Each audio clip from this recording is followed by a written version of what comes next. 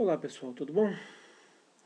Comentar um pouquinho sobre a eleição que nós tivemos. Eu vou dizer que a eleição que nós tivemos hoje, porque eu estou gravando de domingo para segunda. Mas na verdade foi ontem, né? Porque vocês vão assistir na segunda. Então, o que já era mais ou menos esperado? Já era mais ou menos esperado essa desconstrução do PT, né? Todo mundo, pelo menos quem faz esse tipo de análise política, já sabia que o PT ia encolher. Ele não tinha como não encolher, né? Dado todo esse problema que a gente viveu aí, problema econômico nos últimos 2 anos, falência do Estado, quebra da Petrobras, indiciamento de Palote, de Manteiga, de Lula que está vindo por aí. Então a gente já sabia que o PT ia encolher. O que não se sabia era quanto. E nessa primeira análise do resultado das eleições, a gente consegue perceber que o PT encolheu muito. Se for considerar só as capitais dos estados, o PT conseguiu apenas uma capital, que foi Rio Branco, que é uma capital, tem que dizer aqui, né? Mas é uma capital basicamente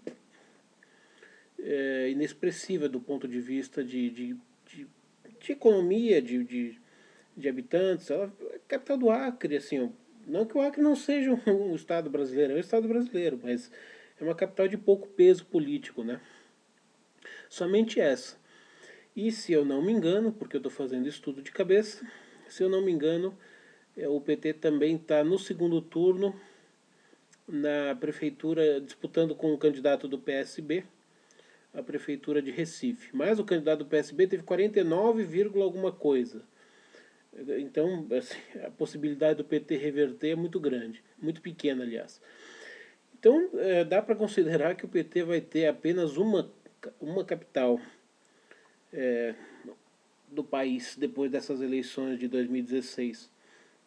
O que mostra que nas capitais o PT simplesmente desmoronou. Eu não tenho, ou pelo menos eu ainda não vi os dados totais da eleição no país todo. Eu sou de São Paulo. É óbvio que eu tenho muito mais acesso aos dados de São Paulo. Aqui no estado de São Paulo, o PT parece que conseguiu. Ele tinha 72 cidades e ele conseguiu ganhar em 8. Então ele caiu de 72 em 2012 para 8 em 2016. Então ele encolheu só aqui na cidade de São Paulo 88%.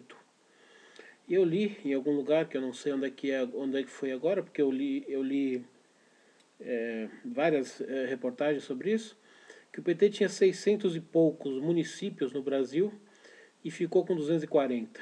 Então, praticamente o PT encolheu um terço, se considerar o total das cidades que ele governava até de 2012 a 2016 e as cidades que, que ele vai governar a partir de 2017. Então ele encolheu um terço, praticamente. Em um terço, né? Ele tinha 600 e pouco, foi para 200 e pouco, 240, eu acho, se não me engano. Então, realmente, o PT, como era esperado, ele despencou. E a se confirmar que ele tem somente a capital Rio Branco, a se confirmar que ele não vai ganhar no segundo turno em Recife, como tudo indica que ele não vai ganhar, então o PT terá pela primeira vez desde 1995, que foi praticamente a primeira eleição que o PT disputou, o seu pior desempenho. O seu pior desempenho em prefeituras, em capitais, vai igualar com 1995. Coisa de 31 anos atrás, né? Então, realmente é uma decepção para o partido. Em 85 ele conquistou Fortaleza, se eu não me engano. Acho que é Fortaleza. Também só conseguiu uma capital, mas Fortaleza é uma capital muito mais importante do que Rio Branco, né? Então, no comparativo, dá pra dizer que é o pior desempenho da história das eleições municipais da história do PT em eleições municipais. O que é muito mais do que merecido, né? Parece que a população, eu até comentei hoje com alguns amigos, algumas amigas em WhatsApp, em grupos e tal, parece que a população precisou sentir, né? A população não bastou em 2000, quando a gente teve a eleição de 2014, que foi uma eleição que a Dilma ganhou mentindo, né? Ela disse que estava tudo lindo, tudo maravilhoso e terminou a eleição, pronto. Tudo que ela tinha maquiado foi escancarado, né? Se ela tivesse contado a situação real do país, ela não teria sido reeleita. E ela sabia disso. Ela achou que podia enganar o povo mais uma vez e dava tudo certo. E se deu mal, né? Mas o fato é que o Brasil precisou ter 13 anos de PT, como eu disse em brincadeiras não tão saudáveis para dizer em um vídeo de YouTube, mas mais ou menos o seguinte: o povo precisou sentir precisou sentir o nabo, sabe? Precisou entrar, sabe? Enquanto não entrasse e o povo sentisse na carne o que era o PT, não ia o povo não ia abandonar o PT. Então é aquela velha história, né, que a gente brinca às vezes. Você aprende ou por amor ou pela dor, né? Então, se não for por amor, vai ser pela dor. A hora que a coisa te machucar, você vai aprender que aquilo lá não serve. É igual tem a tomada, não tem tomada na parede?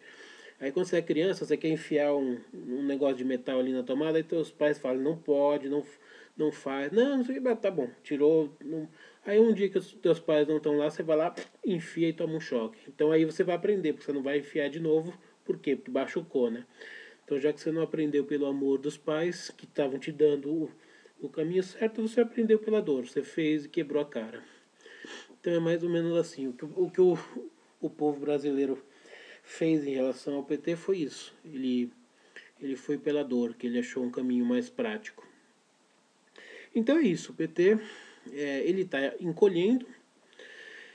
Isso, por um lado, é muito bom, porque a gente meio que se livra do PT. Nos últimos 20 anos, pelo menos, o PT foi o grande fantasma, o grande fantasma para quem não quer a esquerda no poder, e o PT desmontou. O que deu para perceber também, vou comentar um pouco agora sobre o que eu vi das eleições, é que o PT em alguns estados, em algumas cidades, o PT não entrou com um candidato direto. Pela primeira vez em muitos anos, o PT foi como vice ou foi simplesmente como chapa. Entrou em coligações de partidos de candidatos de outros partidos, que é uma coisa que o PT não costumava fazer. O PT sempre foi cabeça de chapa. Ele aceitava vices, mas ele nunca aceitava ser vice ou ser membro da coligação apenas. E ele fez isso. Inclusive no Rio de Janeiro. O Rio de Janeiro, o PT estava na coligação da Jandira Fegali.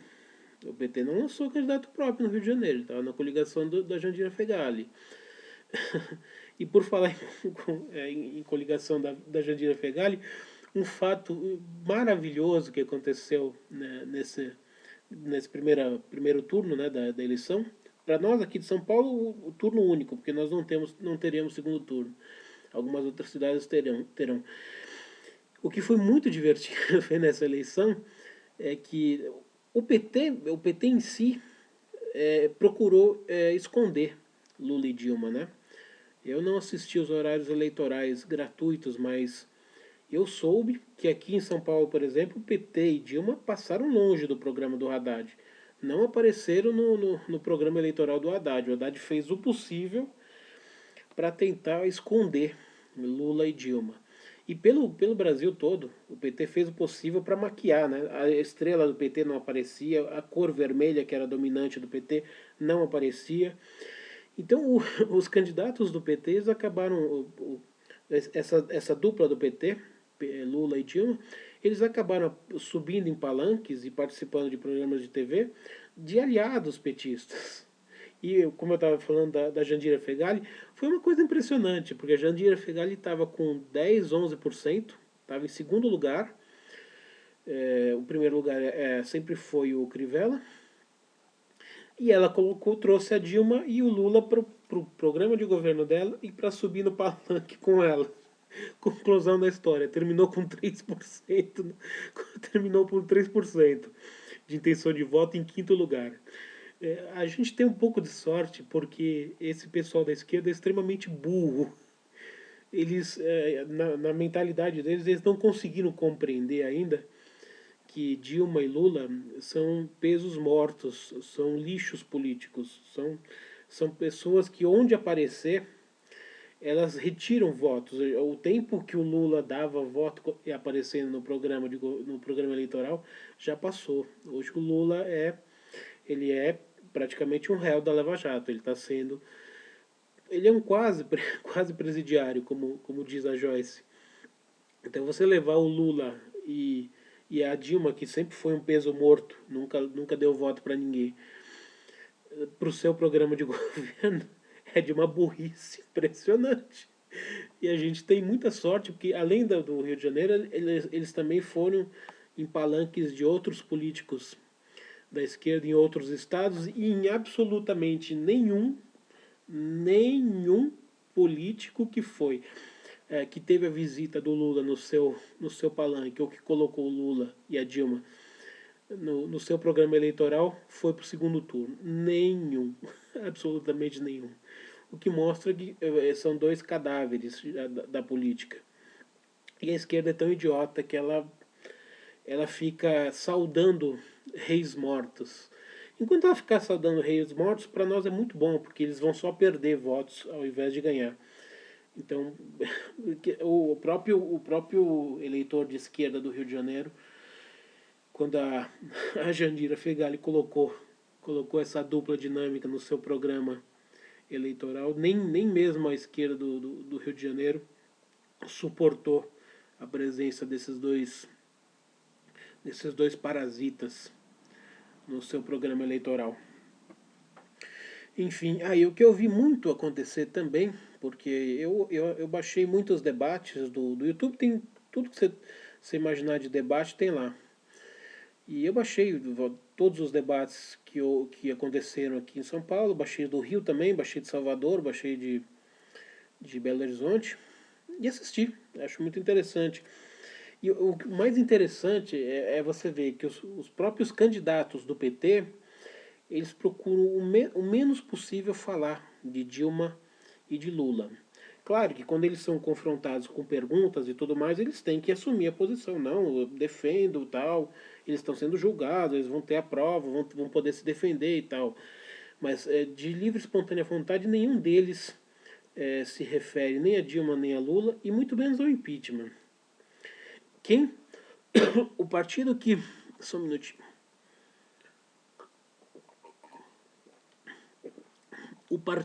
Aliás, os partidos que fizeram o serviço sujo para o PT, que são os partidos que estão panfletando esse negócio de fora Temer, golpista, presidente ilegítimo, etc. e tal.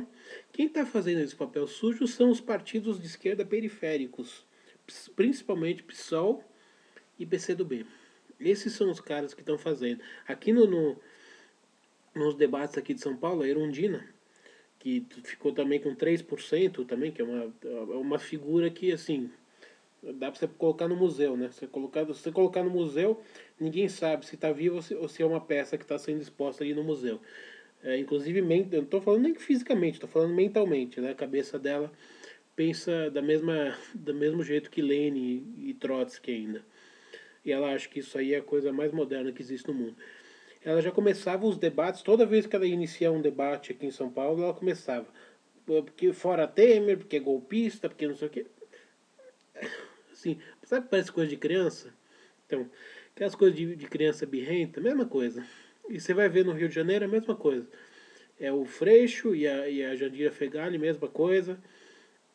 Lá em Salvador, mesma coisa, quem fez esse serviço sujo, porque o PT também não tinha candidato próprio em Salvador, quem fez foi um cabeludinho que era do PSOL, não lembro o nome dele, deve ter ficado lá com seus 1% de voto, 2%, porque em Salvador o ACM Neto ganhou com 75%, e segundo foi a Lídice, acho que Lídice da Mata, né? É uma moça lá que é do PCdoB, acho que é Lídice da Mata. Então praticamente o resto não teve muito voto. Então o PSOL e o PCdoB seguraram essas bandeiras do golpista, e ilegítimo, e fora Temer, e etc. E tal. Isso significa, eu já disse aqui em outros vídeos, que o PT, quando as pessoas acham que existe aquela briga entre a esquerda, na verdade a esquerda nunca briga. Se você for pegar PSOL, PSTU, PCO, são todos oriundos do PT. São alas do PT que se separaram do PT. Então você vai dizer, então se eles se separaram do PT, eles são inimigos, eles não se dão com o PT. Não, é claro que não. Bastou ver, no caso do impeachment da Dilma, quem são os que mais defenderam a Dilma e quem são os que mais estão reclamando que foi golpe, que não sei o quê. PSOL e PCdoB. Aquela tal da Vanessa Graziottini, senadora do PCdoB, foi uma das mais chatas a encher o saco durante todo o processo de impeachment, reclamando, protestando, reclamando, protestando. Você pegar o PSOL não tem senador, mas você pegar os deputados do PSOL, a mesma coisa na época do impeachment, que isso aqui, porque é golpista, que nhenhenhenhenhenhen, tudo essa mesma coisa. Então, eles saíram do PT, que eles dizem que o PT não presta, que o PT não é mais de esquerda, o cacete é quatro, mas toda vez que o PT está sendo acusado, eles são os primeiros a levantarem a bandeira do PT, a defesa do PT. Então, essa história de que a esquerda tem vários partidos, que cada um defende o seu, na verdade não defende o seu. O que cada um defende o seu é na época da eleição, no primeiro turno ali. Cada um tem seu candidato, cada um defende o seu candidato. Agora, na hora que está no poder, ou na hora de fazer aliança para segundo turno, a esquerda está sempre junta, ela nunca se separa. Na verdade, o financiamento da esquerda ela tem uma fonte só. Ela vem exatamente, bom, aqui pelo menos aqui na América Latina, ela vem de Cuba, que não tem dinheiro, mas tem poder e tem influência. E grande parte do que está acontecendo na América Latina inteira está sendo financiado pela Venezuela, enquanto eles ainda têm dinheiro do petróleo, que também está acabando. Então, o financiamento da esquerda é uma só. Se você pegar por baixo você pegar o substrato desses partidos todos, não os caras que são os caras que aparecem na mídia, os caras que são os idealizadores desses partidos. Eles são os mesmos, eles jogam como peças de peão. Aqui nesse caso aqui é melhor o PSOL falar isso, nesse caso é melhor o PCdoB, nesse caso é melhor o PCB, nesse caso é melhor o PT. Então eles usam ali conforme lhes for mais conveniente. Então, uma coisa que está acontecendo nessa eleição é uma, uma certa revitalização da esquerda, e não tão grande assim, hein? Em medida bem modesta, mas o PSOL está crescendo essas eleições. O PSOL, pelo que eu me lembre, ele nunca teve uma prefeitura. E agora ele está disputando duas. Tem uma no norte ou no nordeste, que eu não lembro qual é, e tem a do Rio de Janeiro, que o Marcelo Freixo passou para o segundo turno. Então, o PSOL começou como o PT, partido nanico. O PT cresceu, cresceu, cresceu, estourou a bolha com o mensalão e agora o petrolão estourou a bolha. Então o PT está encolhendo. Só que a gente sabe que essa militância de esquerda ela não desiste, porque a militância de esquerda é militância paga. Você acha que os caras que vão segurar a bandeira na Avenida Paulista, segurar a bandeira do PT, da CUT, do MST, são caras que vão lá de graça? Não, todos eles recebem. Já saíram várias reportagens, todos eles recebem lá o Vale Mortadela, 30, 40 reais. Ou tem ônibus que pega das suas casas e leva para lá e tal. Então a esquerda não tem militância gratuita. Quem tem militância gratuita é a direita, que somos nós, que quando vamos na Paulista protestar para tirar, fomos protestar para tirar Dilma, ninguém ganhou nada. Pelo contrário, a gente pagou ainda gasolina, pagou é, ônibus, pagou metrô, pagou o diabo que a gente teve que pagar do nosso bolso e passamos o dia lá. Ninguém deu lanche pra gente também, não teve mortadela, não teve nada. Então a esquerda tem militância paga, sempre teve, em todos os países do mundo. Então, grande parte dessa militância agora ela vai começar a se reagrupar a partir dos focos que ela encontrar. O Rio de Janeiro sempre teve uma tradição de esquerda muito forte. É, tem personagens da esquerda que sempre se elegem lá, desde a época do Brizola. Então, o Rio tem uma tendência de militância, tem uma tendência de população de eleitores de esquerda. Então, assim, o PT acabou, eles vão engrossar o que sobrou. O que sobrou agora é o Freixo, que foi para o segundo turno. Então, se por acaso ele ganhar essa prefeitura do Rio, ele vai ser provavelmente a nova liderança da esquerda no Rio de Janeiro. Então, a esquerda, na verdade, ela não morre. A militância de esquerda ela não morre. Ela simplesmente troca de partido. Para quem defendeu o PT ou o PSOL é a mesma coisa. Todos os o Chico Buarque não é o grande amigão do Lula, que foi lá abraçado com Lula na sessão do plenário, não é o cara que puxa o saco do PT, que deve toda a sua carreira a essa militância de esquerda? Bom, agora ele já está abraçado com o pessoal do PSOL no Rio de Janeiro. Por quê? Porque não tem PT, vai PSOL. É assim, ele tem que dar o apoio dele para a esquerda. Porque a esquerda que alavancou a carreira dele, a esquerda que financiava os shows dele, a esquerda que dava todo o dinheiro que ele tem hoje. Então ele tem uma dívida de gratidão com a esquerda enquanto ele estiver vivo. Então, qual é a esquerda que está mandando hoje no Rio? Qual é a esquerda que tem chance? É o PSOL, então é o PSOL. Então os próprios artistas, eles não são petistas ou PSOListas ou PCUBistas, eles são assim, eles são de esquerda. Onde a esquerda chamar para eles aparecerem, seja do PSOL, do PCdoB, do PT ou do diabo que for, eles vão ter que ir lá.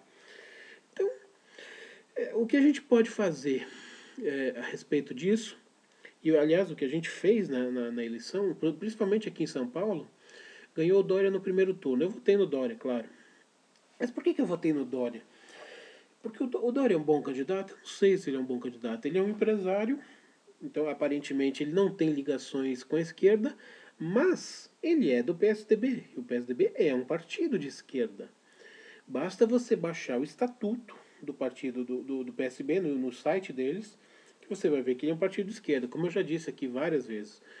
A diferença do PSDB e do PT é quanto aos métodos, vamos dizer assim. O PT é um partido de esquerda mais radical, o PSDB é um partido de esquerda menos radical. O PT é um partido de esquerda que, ultimamente, ele está até um pouco mais pacífico do que ele era no começo, mas é um partido de esquerda de militância, de sindicatos, de organizações sociais. Já o PSDB é um partido de esquerda fabiana.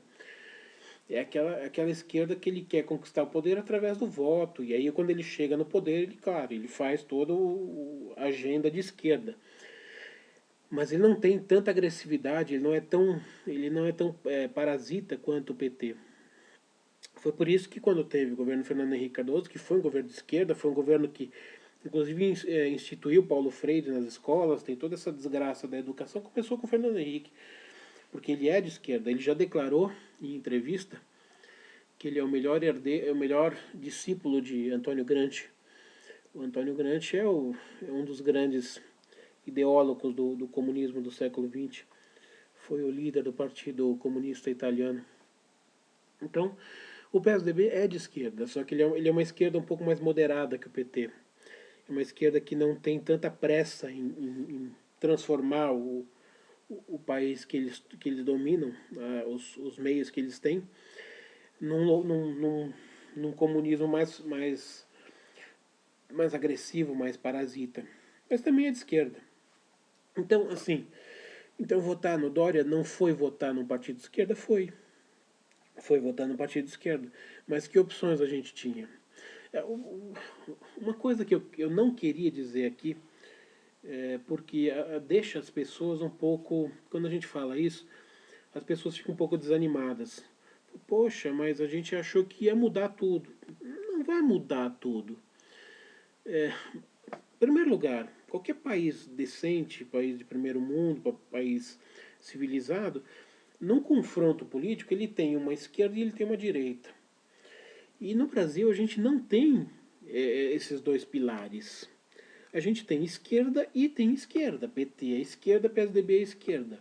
O PSDB é direita do PT, mas é esquerda também.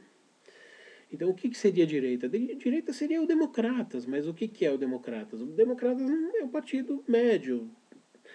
O Novo, agora que surgiu, é um partido de direita, mas começou agora, não tem prefeito, não tem meia dúzia de deputados, de vereadores eleitos. Então, o Brasil não tem uma direita que possa polarizar com a esquerda. Então, quando você tem esquerda e direita, você pode escolher entre dois projetos de poder. E o Brasil não tem. Então, enquanto o Brasil não tiver, e está batalhando para ter, tem muita gente aí tentando revitalizar o Democratas, tentando fazer esse novo acontecer, mas enquanto isso não acontece, isso pode levar 30, 40, 50 anos. Então não é uma coisa que vai acontecer agora na próxima eleição. Enquanto isso, o que a gente pode fazer nas eleições? A gente pode escolher o menos pior. Tá certo? Você tem o PT e o PSDB. Qual que é o menos pior? O menos pior é o PSDB. Aí você tem o PT e o PSOL. Qual que é o menos pior? Bom, o PSOL é mais radical que o PT. Então o PT é menos pior que o PSOL. É o que a gente pode fazer. E torcer para que essas pessoas que entrem, como o Dória que entrou aqui em São Paulo, que ele não siga uma agenda de esquerda. Porque o PSDB tem uma agenda de esquerda. Tanto é que você viu que a candidatura dele deu um monte de problemas no PSDB. Rachou o PSDB. Ele disputou a prévia com o André Matarazzo perdeu, saiu do partido, foi ser vice da Marta. O Serra não queria o Dória, o Fernando Henrique Cardoso não queria o Dória, o Aloysio Nunes não queria o Dória, o Goldman não queria o Dória. O único que queria o Dória era o Alckmin. O resto dos caciques do PSDB não queriam o Dória. Por quê? Porque ele não é de esquerda, ele não faz parte do esquemão ali, ele não é político da velha guarda, é um cara novo que está aparecendo na política. Então, eles não queriam, só que agora o Dória ganhou. Então é aquela velha história do Zagalo, vocês vão ter que me engolir. O Dória ganhou, vão ter que engolir o Dória. Então não tem outro jeito. Então a questão, por exemplo, pelo menos aqui em São Paulo, é a seguinte: será que ele vai seguir a agenda dele, que é um empresário, que é um cara que tem uma visão, imagina-se que tem uma visão mais conservadora, mais de direita, ou ele vai seguir a agenda do PSDB, que é uma agenda de esquerda? Eu não sei. Mas é um risco que a gente tinha que correr. Qual era a outra opção?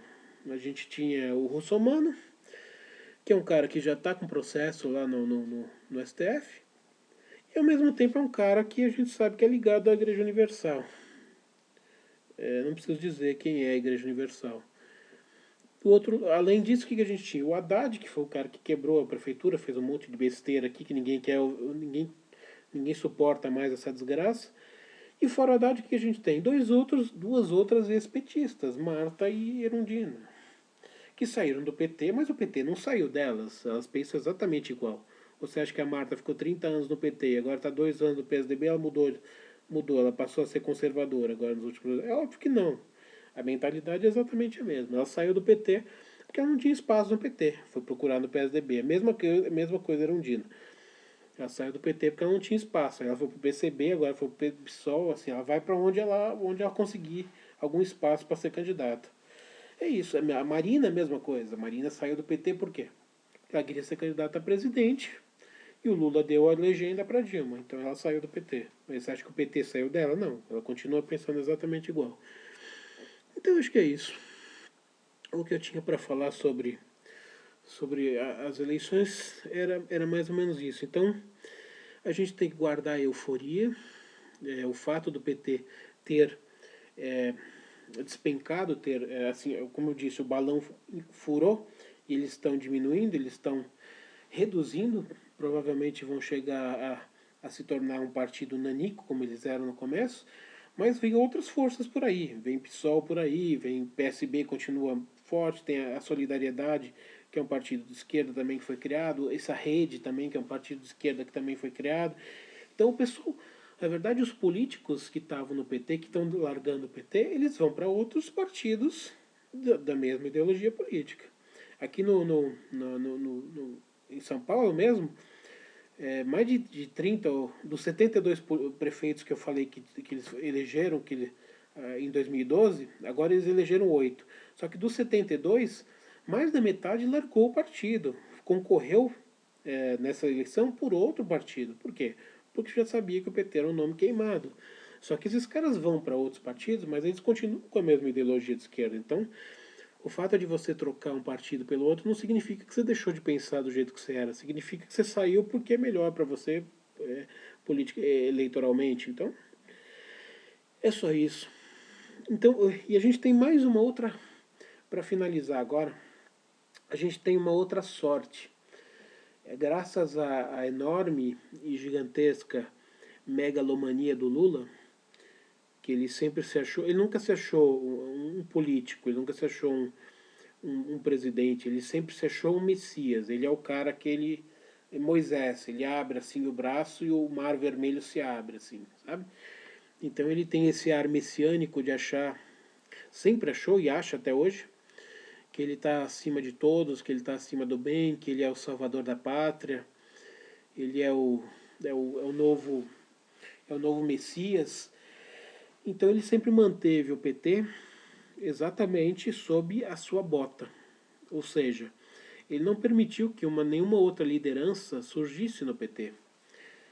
Quando o PT tinha vários nomes para lançar candidato à presidência, quando o Lula tinha que largar a presidência, vários nomes tinha nome no Sul, Tarso Genro, Lívio Dutra, tinha nome da Bahia, tinha nomes aqui de São Paulo, Suplicy e tal. Mas quem que ele colocou para sucedê-lo? A Dilma? Quem era a Dilma? A Dilma não era absolutamente nada, era o famoso poste que ele conseguiu eleger. Então ele transformou a Dilma, que era nada, numa presidente da República. Só que é uma presidente da República que, assim, não tem estofo, não tem competência, não tem nada. Ele conseguiu transferir os seus votos para Dilma e elegeu a Dilma. Só que, assim, você colocou... aquela velha história, você colocou um sapo em cima de um bastão. Ele não sabe fazer de lá. Ele não sabe pular, ele não sabe voltar, ele não sabe fazer nada. Ele foi colocado ali. Então, enquanto alguém não tirar de lá, ele fica lá.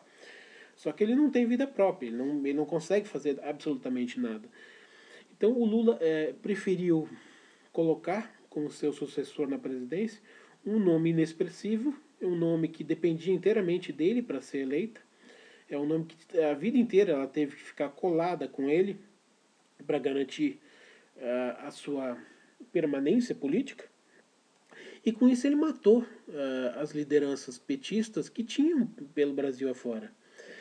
Então ele não deixou surgir um outro líder nacional com medo que, aparecendo um outro líder nacional, ia rivalizar com ele no poder dentro do PT, que é uma coisa que ele não queria.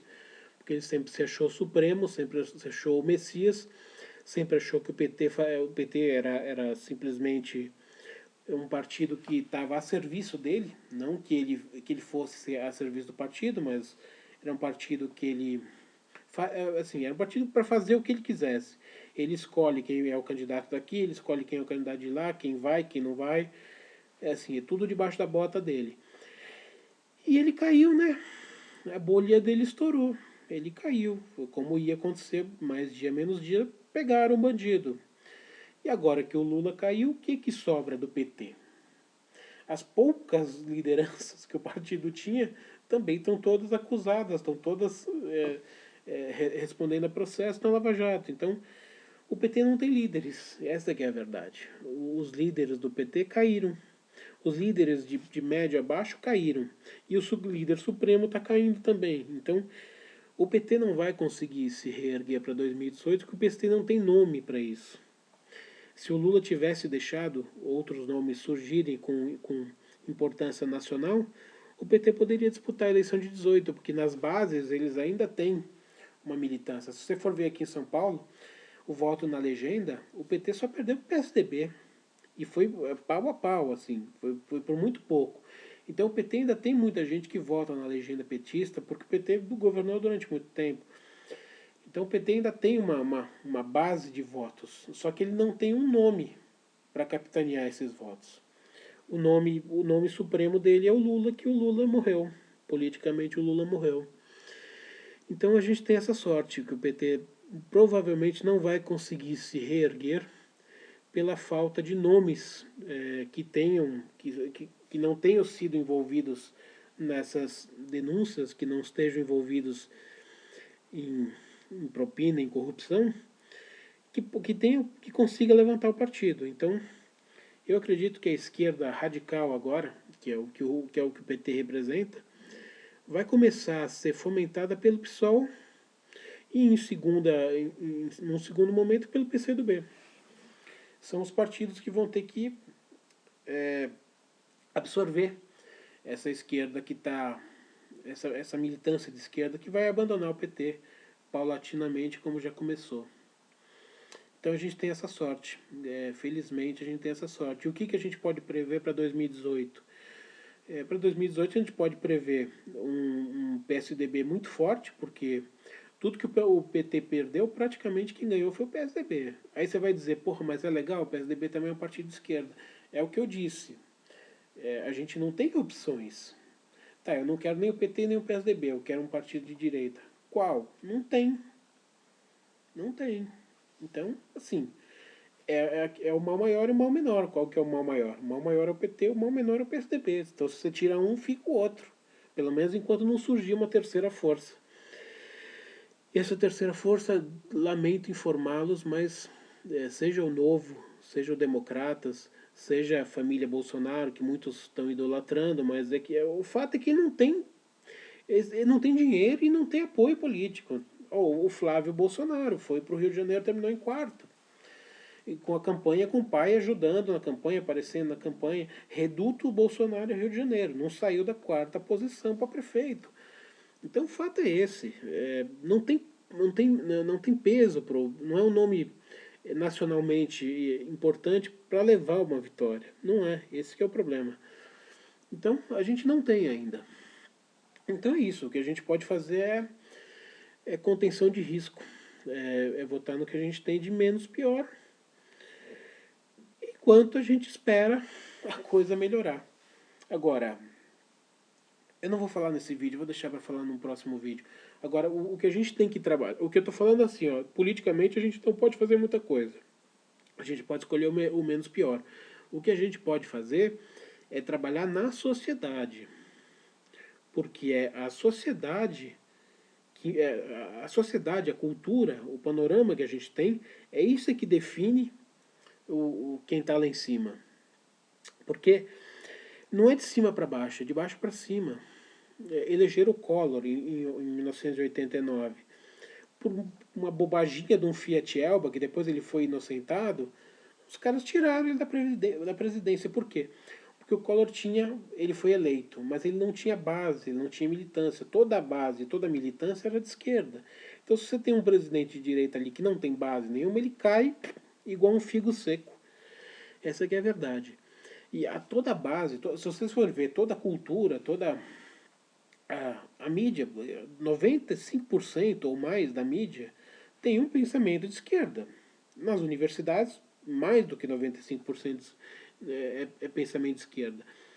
Entre os artistas também. E entre os artistas tem, obviamente, que os oportunistas que foram de esquerda durante todos esses anos para conseguir dinheiro de Lei Rouanet. Então, o que a gente tem que fazer? A gente tem que trabalhar na sociedade, a gente tem que transformar pessoas que tenham o pensamento de direita, o pensamento mais conservador, que essas pessoas tenham um acesso, como é que eu vou dizer? Não é que elas ascendam a um patamar que elas comecem a opinar na mídia, comecem a opinar na imprensa, porque essa opinião é que vai mudar a cabeça das pessoas. E também, o que a gente teria que fazer também era atuar nas universidades, porque lá também todos os professores são de esquerda, então os alunos que eles formam são alunos com cabeça de esquerda, porque eles doutrinam essa molecada. Então a gente teria que fazer esse trabalho também, de reciclar esses professores, mas isso é, assim, a gente tem pouca gente para fazer isso, mas nisso que a gente tem que trabalhar. E o YouTube é uma ferramenta barata, que ninguém paga nada, e que a gente pode lançar vídeos e orientar e fazer esse tipo de coisa, porque algumas pessoas vão ver, não serão muitas que vão ver, mas algumas vão ver. E essas vão ver e vão começar a conversar com as outras. A hora que as pessoas começarem a debater esses assuntos, a gente vai ter muito mais chance de mudar o Brasil. E a hora que você mudar essa base, você mudar a base do pensamento, você mudar todo o pensamento de mídia, o pensamento da. É a guerra cultural. O que eu estou falando nada mais é do que a guerra cultural. Que na verdade não é uma guerra cultural, porque só tem um lado batendo, né? Que é o lado da esquerda. O lado da direita praticamente tem um ou dois. Então, se você pegar esses filósofos, esse pessoal que fala aí na mídia, nas televisões, nos jornais, assim, tirando o Pondé, o resto é tudo de esquerda. Todos eles. Então, fica difícil. Fica difícil porque as forças não estão equilibradas, né? Você tem um exército gigantesco de um lado e você tem dois ou três heróis do outro lado falando para ver se alguém escuta. Mas é o que a gente tem que fazer. A gente tem que batalhar no campo cultural, no campo da educação e assim, no que você puder fazer entre os seus pares. É assim que a gente vai conseguir mudar. É mudando, explicando o que está acontecendo, falando da história, explicando o que é. Explicando por que a gente chegou onde a gente chegou. É só assim que a gente vai conseguir mudar. Então é um trabalho de formiguinha de baixo para cima. Então não é um trabalho que vai daqui 4 anos resolver, nem daqui 10, nem daqui 20, nem daqui 30. Então, mas uma hora você tem que começar. Qualquer projeto que dure, vamos dizer que isso leve 100 anos, tudo bem. É 100 anos a partir do momento que começar. Enquanto ninguém começar, esses 100 anos nem começam a correr, porque ele começa a correr quando der o start. Então a gente tem que fazer essa parte. A gente tem que começar agora e esperar que outras pessoas façam isso e que daqui 30, 50 anos se colha o fruto disso. É o que tem para fazer. Então, é chato dizer isso, né? Porque as pessoas vão nas eleições, elas vão votar e elas ficam esperançosas. Falam, pô, eu votei, então assim, daqui a um ano já minha vida vai melhorar. Não vai melhorar do jeito que você quer. Então é isso. Tá certo. Eu acho que eu já falei mais do que devia. E foi uma análise aí do que eu vi nas eleições. E é isso. É o que tinha para ser dito. Agora que a gente terminou as eleições, eu espero fazer menos vídeos de política e mais vídeos de resenha, porque eu tô com.